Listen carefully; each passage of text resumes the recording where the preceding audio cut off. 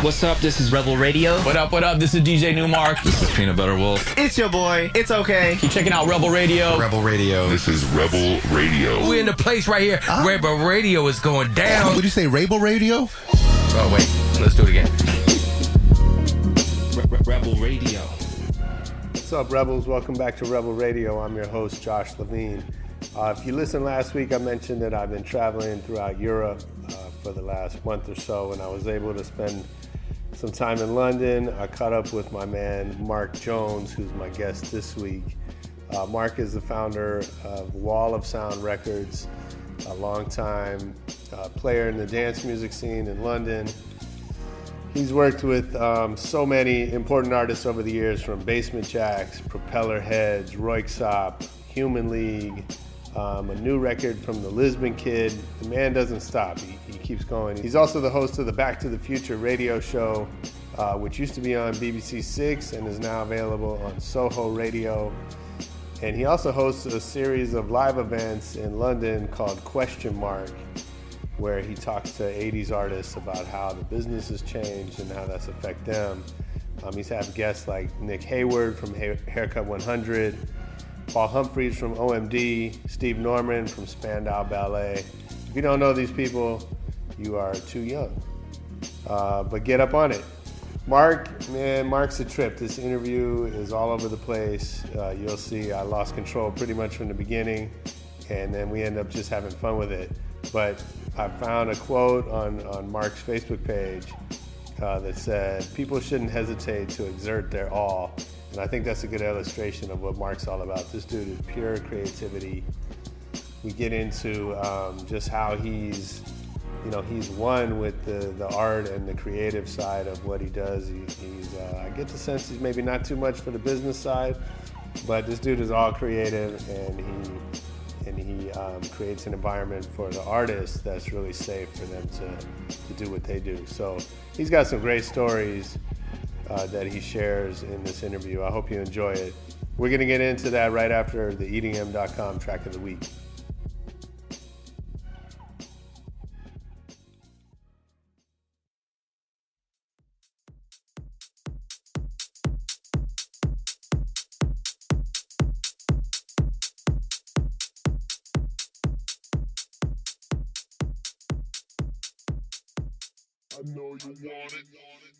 All right, that was our EDM.com track of the week. That was Colonel and Classical with a track called Want It. I hope you dug that, and I hope you stick around for our interview with Mark Jones. All right, so start me at the beginning. Okay. And right, here we are. For Music Guy. For a music guy. Tell me the first record you ever bought. That's very interesting that you should say that, because I do ask that on my radio show, and I do ask people that all the time. What was the first record I ever bought? Well, the first record I ever bought was the Monkees. Okay. And a compilation album of the Monkees. Yeah. When I was very young. Yeah. I mean, because of the TV show, and sure. I was obsessed with that, and a little bit, it was one of those. So the Monkees are amazing because, we live in this era now of American Idol and all that, whatever. American Idol. All of those shows, right? Let's not go there. Please. All right. Let's not go there. You mean American Idol. Well, what I mean is that we live in this era now. But that has taken all of the creativity away from music. I know. We're getting to that. Because it's about, young people thinking it's about fame. Yeah. And they put me live on the BBC with somebody called Simon Cowell. So I've heard. You heard that? Yeah. Right. Well, yeah, because we are polar opposites in the music industry. Okay, wait, I want to get to that. Yeah. I didn't think I told you that. Let's start with you. Right, so so you bought the Monkees, but what was the first music that you felt like? Well, my brother was into rock and reggae, so you go the opposite direction of what your older brother is into. So I went electronic, and I got my mum and dad to buy me a Yamaha CS01 synthesizer from their Grattan's catalogue, and sat in my bedroom and just made noises. But obviously had Debbie Harry from Blondie all over my bedroom walls. Nice. So I went to sleep with her and woke up with her in the morning. Very cool. And yeah, so I just used to sit up there and make noises and shapes and sounds. Yeah. And that's how I got into music. So obviously, you know, the Human League and everything else. Sure. Electronically. Yeah. And then how did you come to... When did it become a career? Well, it was very interesting because I was in a supermarket and the girl on the till said, who I was just bought some stuff for my mum and dad, and then the girl on the till said, my boyfriend tells me that you have a synthesizer.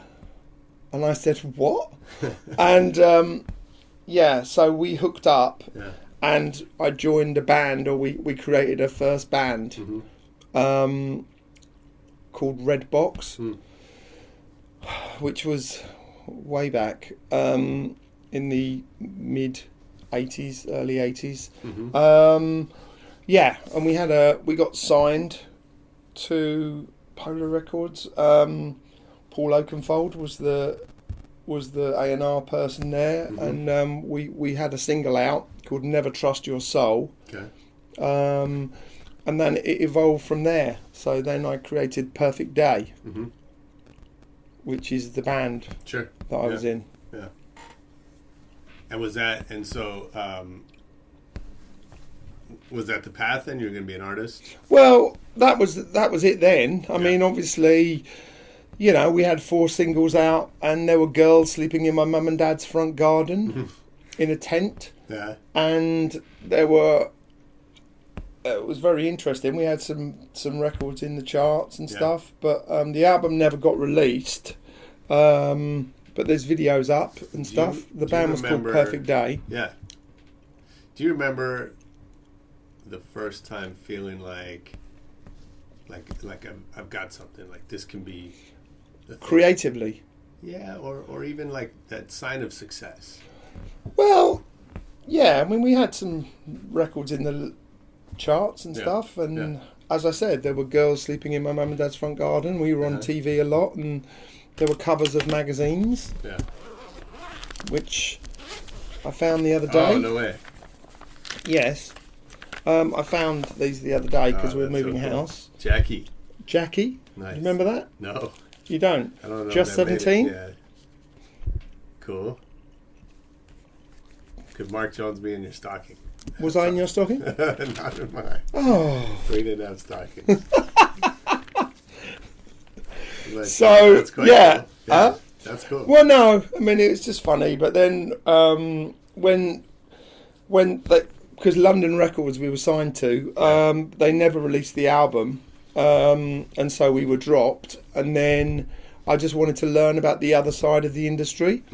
So, you know, I was fascinated. And before I formed the band, I used to do the visuals at all the acid house clubs and stuff. Yeah. So somebody used to sell records at the parties, and I just said to him, look, you know, I want to learn about this. So he had a company called Soul Trader, which was a distribution company, and I just said I want to learn about the other side of the industry. So I went to work for him a couple of days a week, and then you know, found bands, and we'd press their vinyl, and you know, got the records out there.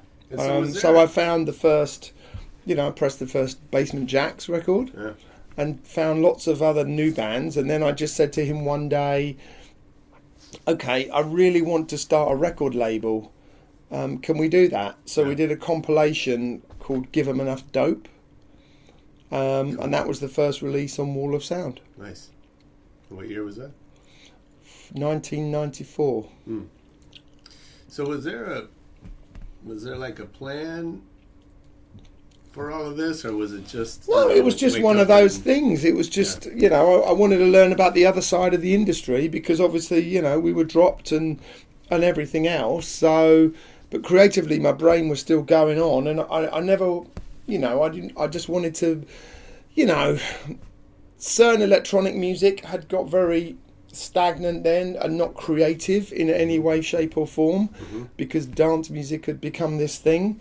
So I wanted to throw everything in the mix.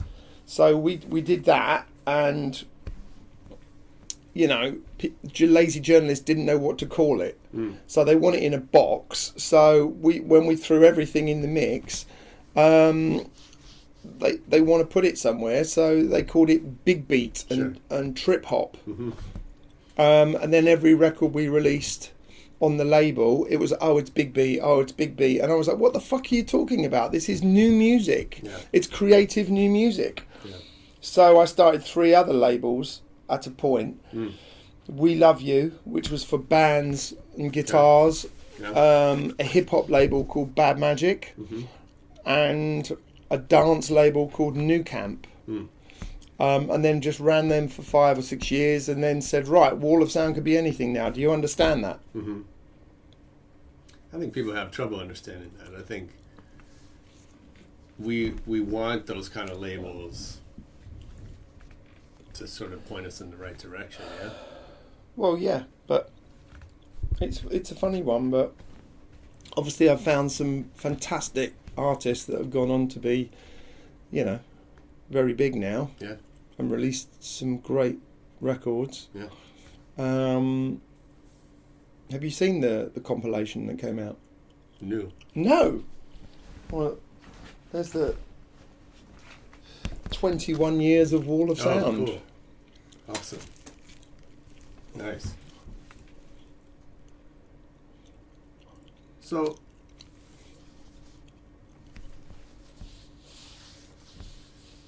now, obviously, and I want to come back to what you don't want to talk about. What? But, they say never work with your heroes, but I just thought, F that. Yeah. So I did the last album with Grace Jones and the last album with the Human League. Nice. That's great. No, I was going to say, like, so, you've been doing this and the business has changed, so... Yes. And, I think back to what we're talking about, right? Like there's this idea of that everything is data driven, that, that TV can be the place that new music, is discovered on these competition shows, right? All this stuff, right? So, I see you as the opposite end of that it's pure, it's pure creativity, and it's pure, like, this world, you've helped to create this world. It's just part of you. Yeah. So how do you adapt to the way that the industry's changing? It's very interesting times trying to run a record label now compared to what it used to be. I'm sure. But you just have to adapt to it and go through it all and try and keep on keeping on. Yeah. I mean, someone's trying to make a book and a documentary on the Wall of Sound. Yeah, I'm sure. Which should be finished in a couple of years. Nice. For the 25-year anniversary. And then maybe we'll see where we go from there. But you have to adapt, and you've got to move on.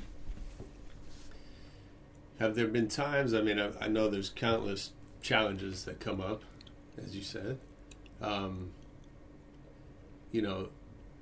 When have you felt like you want to just pack it in, and how do you push through that? Just giving artists the platform that they need, and that's what it was. I've never wanted to ever change an artist, and if I see something creative or interesting to me, then I always just want to give that person the platform that they need. Yeah, can you think of an example of that? Well, it's been every artist I've ever signed. So, and they've all been different. Do you know what I mean? And just be who they are, not somebody else. And that's what my issue is with the TV thing as well, because it's, the creativity from that perspective has disappeared. Sure. Yeah, it seems like that there's a specific vision in mind of what a successful artist is, and they're looking to shape that. Yeah. Right. And I think that's probably, I mean, that's not for me, either the show or the music that comes out of those shows. But, Right. But I think there's probably a lane for that, where, you know, some people want that. You drive in the fast lane. I guess. But I think, I think there is a lane for that, but I think it's that overshadows the other stuff, right? The people that are just pure creativity and are just, being who they are. And, right. And I feel like music needs that. Well, it always needs that. But, obviously the DIY access, with music now, of recording and everything else has put certain things into perspective, but let's see. Yeah.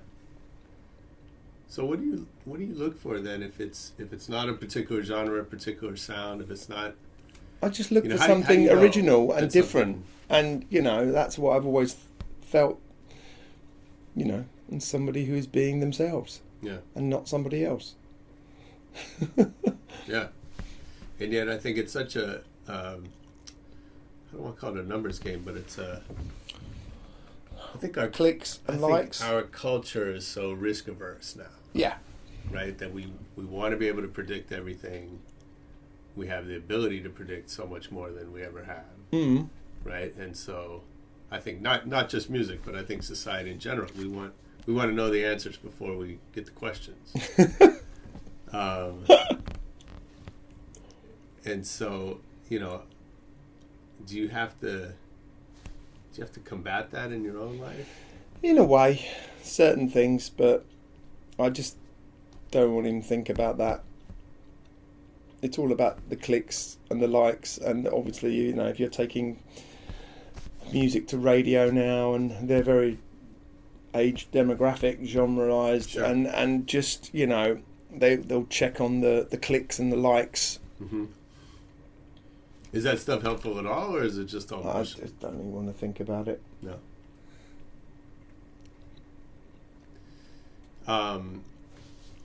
What's good about where music is at right now? What's good? Well, it always goes cyclically around as well. So, with that other thing, it's people react against that.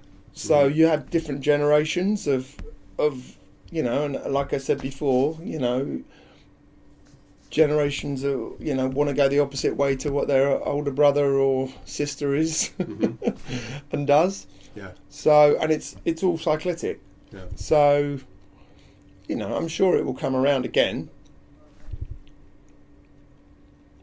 So are there lessons you took from, you've been involved in so many different areas, right? From clubs to making music to the label side. Mm-hmm.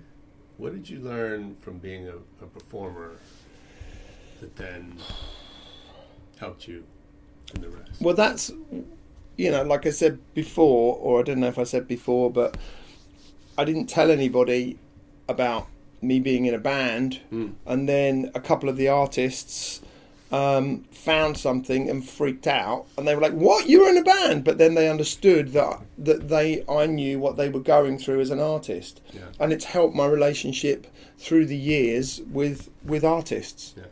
So you can put yourself in their shoes. Well, yeah. Well, I've understood through the years what it's like to be an artist. So, and that's helped my relationship with artists, because understanding what they're going through and the creative side of things and how you just, when you have music out there, what you have to do to promote and other stuff. But it's changed a lot now, obviously, because of the online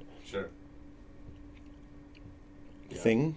But so how does that change your job? Like, it seems like in the old days, this is oversimplifying, but you find an act that you like and you get them in the studio and you make the record and the rest, I don't want to say it takes care of itself, but it feels like compared to that now, you probably have to create a whole vision for this artist and how it gets marketed and all of that. Well, and I always say to somebody or the new artist, do something different, because that will get you, awareness of stuff. And if we do something alternative in the beginning, and it captures people's imagination, then it gets you noticed. Who's doing something different right now that you like? There's a few people. That I like. Oh, I don't know. Lots of the artists on my label, but I don't know. But I guess what well, I'm Killer asking Floor is, are a great band, and they've not really been recognised. But I created the new genre for America as well. What is that? RDM. RDM. Have you not heard of it? Please. It's amazing. Yeah. Have you not heard of RDM? Enlighten us. Okay then. Rocktronic dance music. Okay. Because we have been combining guitars and electronics together for a long time, but it never got recognised in America. But now, because of the EDM, so I've created RDM, Rocktronic dance music. So and who are the artists? Killer Floor. Okay. Who have been described as Led Zeppelin meets the Chemical Brothers. Oh wow. Cool. Have you not heard of them? No. No. I'm right. Well, no, I mean, and people are saying I should do an RDM tour of America, of Route 66, because obviously now people are on the evolvement of EDM, and like I said, bands have been combining guitars and electronics for a long time, but it's never been taken seriously over there. Sure. Yeah. That's cool. I think that's interesting, because I think, you were talking about it earlier, how hip-hop got really kind of excited about EDM because of the production side. But I think, it really wasn't, for us, for the U.S., it really wasn't until Skrillex, right, who was a rock guy, who also created a very rock show, right, and, I think that was the catalyst to get, if you want to really move America's a bunch of frat guys, right? Not our culture, right? And we've grown up but it's always been subculture, right? It's always been, the stuff that we're involved in can only ever get so big. Yeah. But if you want to really impact the masses, you got to be played at a football game. And that's like... You mean soccer or football? No, American football, right? You have to be, because that's where we get 100,000 people to I know. To move to the same song. And so it's got to be this sort of rock and roll experience. Yeah? Okay. You disagree? Well, the EDM explosion is crazy there now, isn't it? It is. I think it's not, I think it's 2 years ago was the peak of it. Yeah. For sure. Around and round. Yeah, absolutely. But, I remember, as you do, for me it's always interesting because, in the late 90s, when it was Chemical Brothers and Moby and Propellerheads and all of that, right? And Fatboy Slim. As far as I knew, that was the biggest. That was as big as anything else. Yeah. Right, but it wasn't really. It was kind of big for this underground thing. It was kind of just cracking through. Well, it never got played on daytime radio there, like I said, because it, but it had organic sounds, and it got, and it sold some albums. Yeah, exactly. But then I think, I think more the last cycle is where it really fully became mainstream. Yeah. Totally. It's so. How do you kind of understand the differences around the world? What, in different locations? Yeah. What, genre-wise? Yeah, just what, what dance music has meant here is so different than what it means in the U.S. at the moment. Yeah, but I think, Well, it's all Right. evolution, and different countries react in different ways, and I mean, Zen Freeman was on the show a couple weeks ago, and Zen. yeah, So he talked about just growing up as a teenager here and having Sasha and Paul on the radio, and like being inspired to be a DJ yeah, from hearing those guys on the radio, right? And that led him down a certain path, and I think that kind of thing just can't really happen in the U.S. Oh, well, it's different because it's such a big country as well, and you've got those regional areas of content or discontent. Absolutely. Yeah. So for you, I imagine you focus on the certain spots where it matters. Yeah. How do you stay motivated now to discover new music? We're at a certain age where we're not. That's a good question. Well, exactly. It's been a while. Yeah. since all the other stuff. Yeah. Really? No, not. I'm too old now to go out. Really? Yeah. Okay.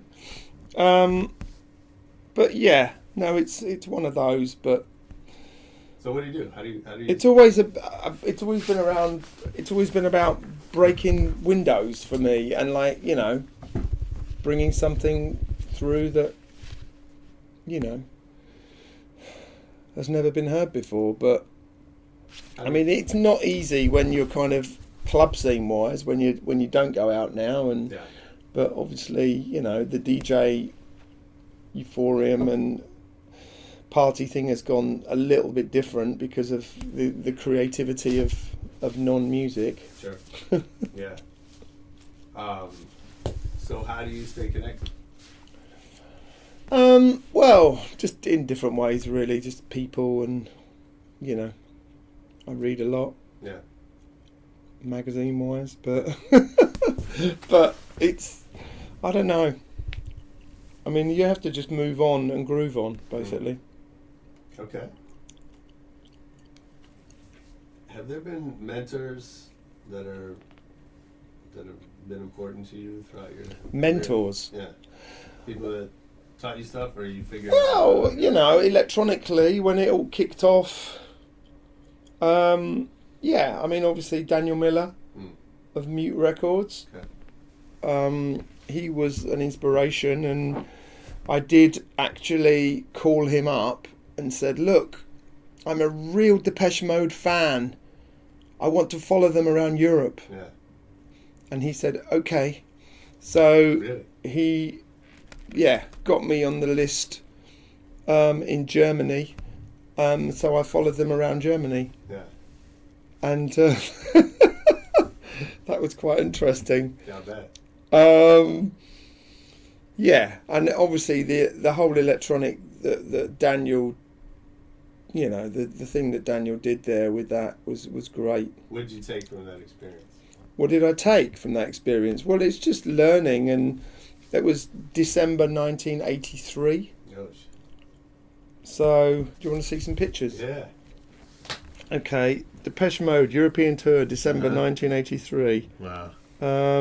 There's that was Melody Maker. Remember that? Yeah. Of course. Also here are Mark and Susie. They have come all the way from England to Germany to see the Cologne and Dusseldorf gigs.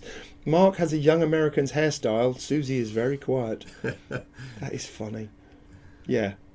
So Nice. that was the backstage. Wow. I know. That's so cool. I know. And they're an inspiration, a total inspiration. Yeah. Absolutely. Electronically and everything else. And Yeah. there's me with Daniel Miller as a robot Awesome. on my radio show. That's cool. Yeah, no, I mean, it is one of those, but, So I mean, that takes balls to just call up a guy and yeah, ask if you can go on tour. yeah. And I don't know, where does that come from? I don't know. I just didn't you know, I just really wanted to be there. But anyway, this is funny. It took balls. Huh? Yeah, I have balls, man. Is Have, that, have you got the balls? I like that. What? Sideways. It's good. It's good look. Very New York. Okay, man. Is that a good idea? Like, I don't know if you talk to students or whatever, like, just kind of go for it. Yes, well, that's one of my points is that be yourself, don't be somebody else, and move on. Yeah. Do you find there's pressures to be somebody else, aren't there? Yeah. So is that how do you handle that? Is it a conscious thing? Is it a conscious conversation with yourself? No. Or does it just No, I've never been. I am who I am. Yeah. I've never been someone else. Yeah. Do you have to Good. Not everybody can just do that, No. right? Well, that's what you asked me one of those questions. That was one of my answers. I understand that. Be yourself. Yeah. Don't be someone else. What do you think is the decision you've made that's had the biggest impact? What's the best decision? Sure. Well, starting the record label, but and also being in the band, which was gave me that other confidence of doing things. But what's the best decision I've ever made?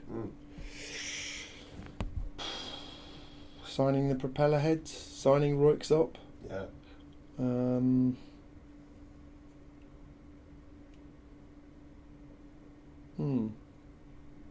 What's next What do you mean? for you? What's What's next? What's the next goal? What's the next goal? Well, I've signed a great band called Perfect Day. Okay. So getting that album out would be interesting. But no, I mean, obviously it's, just moving on and getting there and getting the documentary finished and, getting to the 25 years, maybe, which is in 2 years. Yeah. It's exciting. And move on. And What does that mean? you have to evolve and, just keep this going. And obviously I've got some new artists now who are great. I've just did the Lisbon Kid album, which is Rui da Silva, who had a #1 record, and Danny de Matos, and that's a cool album. And there's a few others as well. When you say you have to evolve, is that does it just happen? Well, you have to move on and groove on, as I said before, but it's one of those where you have to take things on the head and take things, you know what I mean, and just deal with them and in the right way. So do you ever say, I can't do this because I've already done it? Maybe. Yeah. This is a good question. Yeah, I Yeah. just wonder if that's is it a conscious thing or does it just happen naturally? Do you get bored? Do I get bored?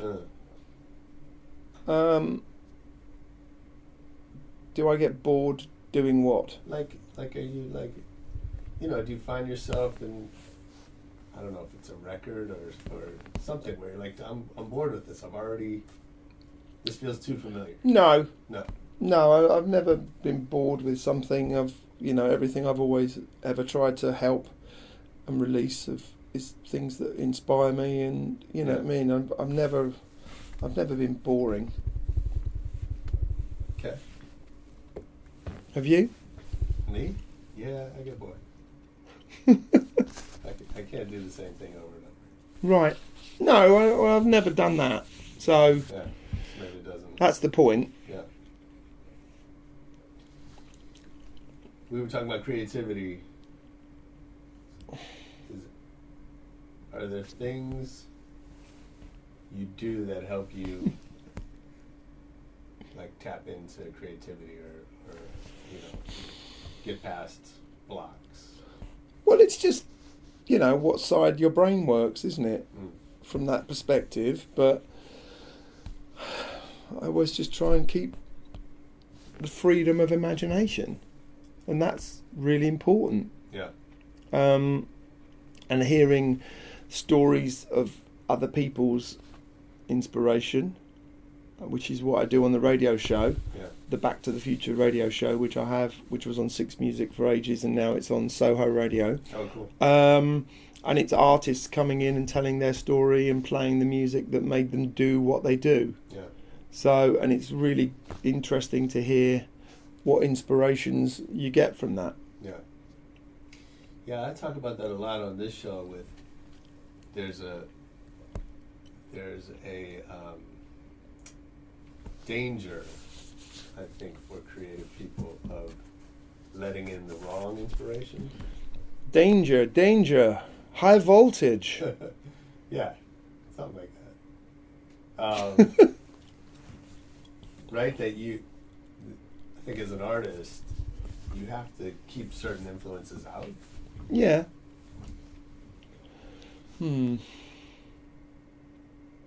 Yeah, and not revealing everything, I think, is the most important part. Yeah. Do you mean like otherwise it just sounds like it's just a copy? Well, yes, or, not revealing it either. What do you mean? Well, not telling anybody what inspired you. Why?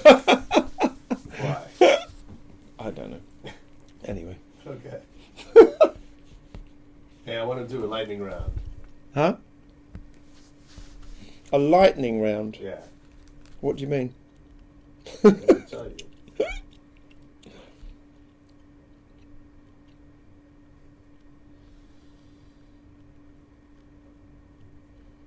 Oh, one more first. Why do you think artists enjoy working with you? I don't know. You should ask them that question. I'm not going to answer that question. Okay. But you should ask them. I don't know. Maybe it's something different, but yeah, I'm sure certain artists will say the other direction, or go the other direction. Sure. I get it. Okay. So if you can go back to 18 and give yourself one piece of advice, what would you say? What would I say to myself as 18? Keeping on, listen and learn. Okay.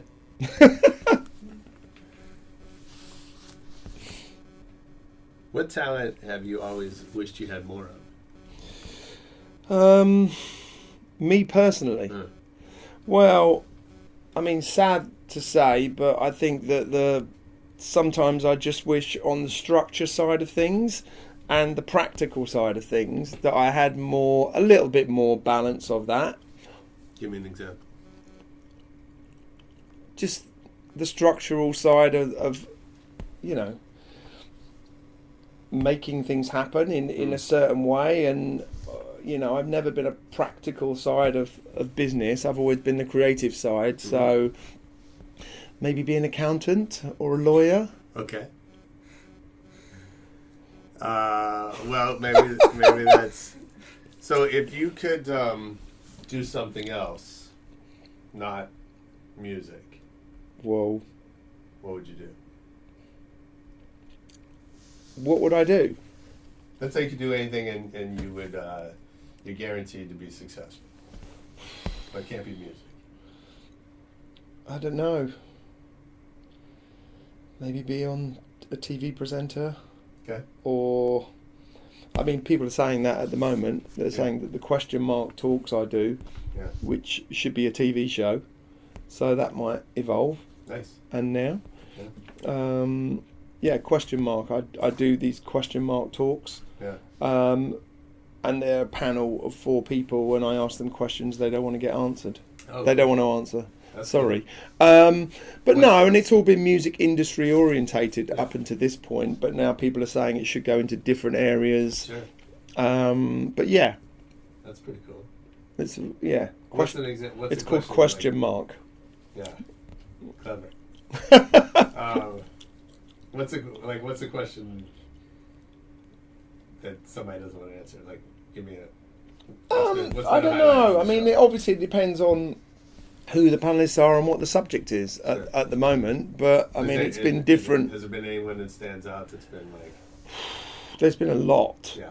I mean, the last one I did was a big Back to the Future one, which was a big 4-name 80s artists and stuff, and telling their story and going through that. But it's all been, you know, music industry orientated to this point. But I mean, I've done lots of people, but you know. But yeah, I think that should evolve. That's cool. So if I worked for you, what's something I would hear you say over and over? If you worked for me, that would be quite interesting.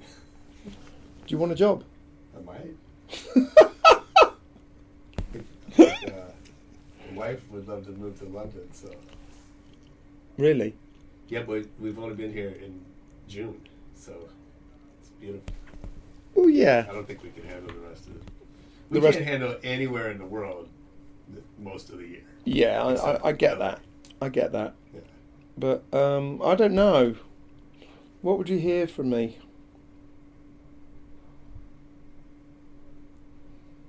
What time is it? Okay. Who's my next meeting? Yeah.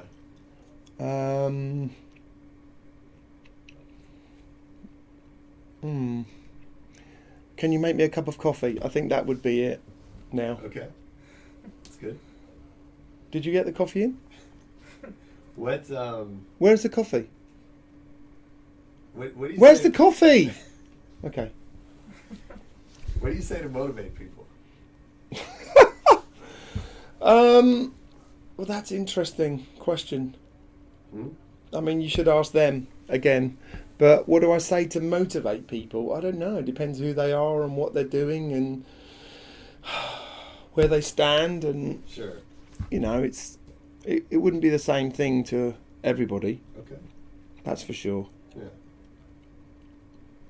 But as I said before, and I've said a few times, be who you are. Don't be somebody else. Mm-hmm. And that really motivates people to do what they do and not do something else. Who would you be most excited to learn as a fan of your work? Really? Yeah. Who would I most be excited? Right, well, obviously my two sons, okay, George and Stanley. Okay. Yes, that would be great if they would be excited. Yeah. And I don't know, most of the artists on the label.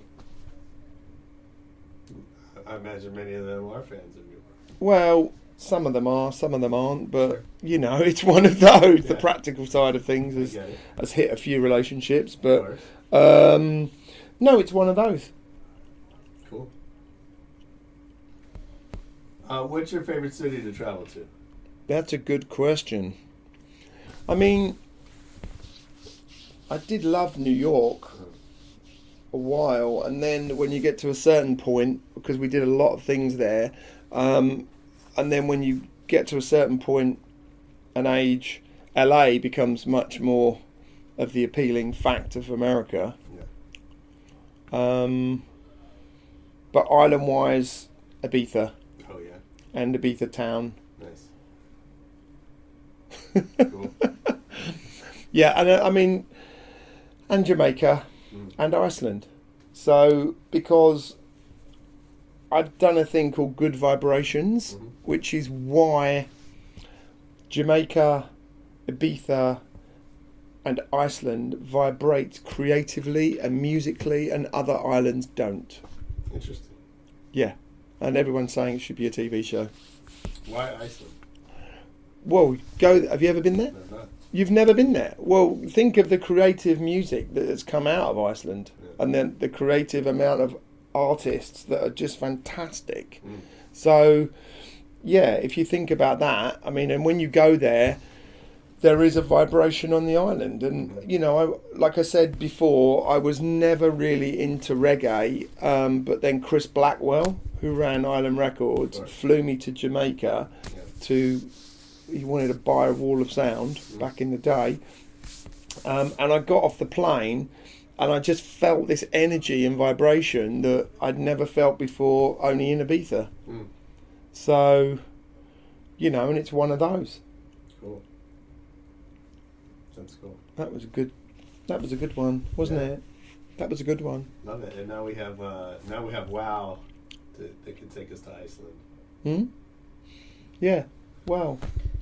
You should go there. We almost went on this trip. Really? Yeah, because LA, WoW has this deal, right? It's a super cheap flight. My friend owns it, so you can nice. get it free. Okay. Well, she will fly us up to Iceland. So from LA to London, but you stop in Reykjavik. Right. And you can spend the night. You should go there, man. If you've not been there, it's really, really cool. Yeah. And there is an energy. It's high on the list. There's creative, very creative. Yeah. Everyone's an artist, Nice. a musician, or doing something. Cool. So you're welcome to stay at my flat if you're Done. homeless. See that? We're hooked up. I love it. What's the last great book you read? I can't remember, but oh gosh, can you ask me this question a bit Or is later? there, a book that's had a major impact on you? Well, I've read a lot of, SGI books now because I'm a practicing SGI Buddhist. Yeah. Do you know SGI? Lotus Sutra, yeah? Yeah. Yeah. I was just about to say that. That's so weird. We have it on the show. I told you my wife went to SGI for a bunch of years. This is so funny. Yeah, the Lotus Sutra. I was just about to say that. Cool. That's awesome. I love this connection. This is so funny, man. What movie do you think you've seen the most in your life? Well, there's been a few, but oh gosh, memory. Yeah. Let me have a think about that. I mean, carry-ons. Let me have a think. Movie. Is there for me it's always there's certain movies that when you're flipping the channels, or when we used to flip channels, you would just see it and you would just stop on it even though you've seen it 100 times. You might see it from the middle on whatever. Let me have a think about that. All right. Who's your favorite DJ of all time? Really? Yeah. Well, my favourite DJ of all time? That's a good question. Probably Danny Rampling and DJ Pierre, who first brought Acid House into this place. Yeah. And yeah, I mean, obviously Danny did Shum and I did the visuals at Shum and everything, and DJ Pierre. Yeah, I mean, obviously at the time it was revolutionary, and the whole Balearic thing was just crazy. Yeah. And Alfredo from Ibiza. And I have to say, my current wife, DJ Lottie. Do you know her? By name. Really? Yeah. Well, she's my wife. Yeah. So, DJ Lottie. Cool. Nice one. Thanks for doing this. That's okay. That's great. It's been fantastic. Yeah, that was Mark Jones, not Mike Jones.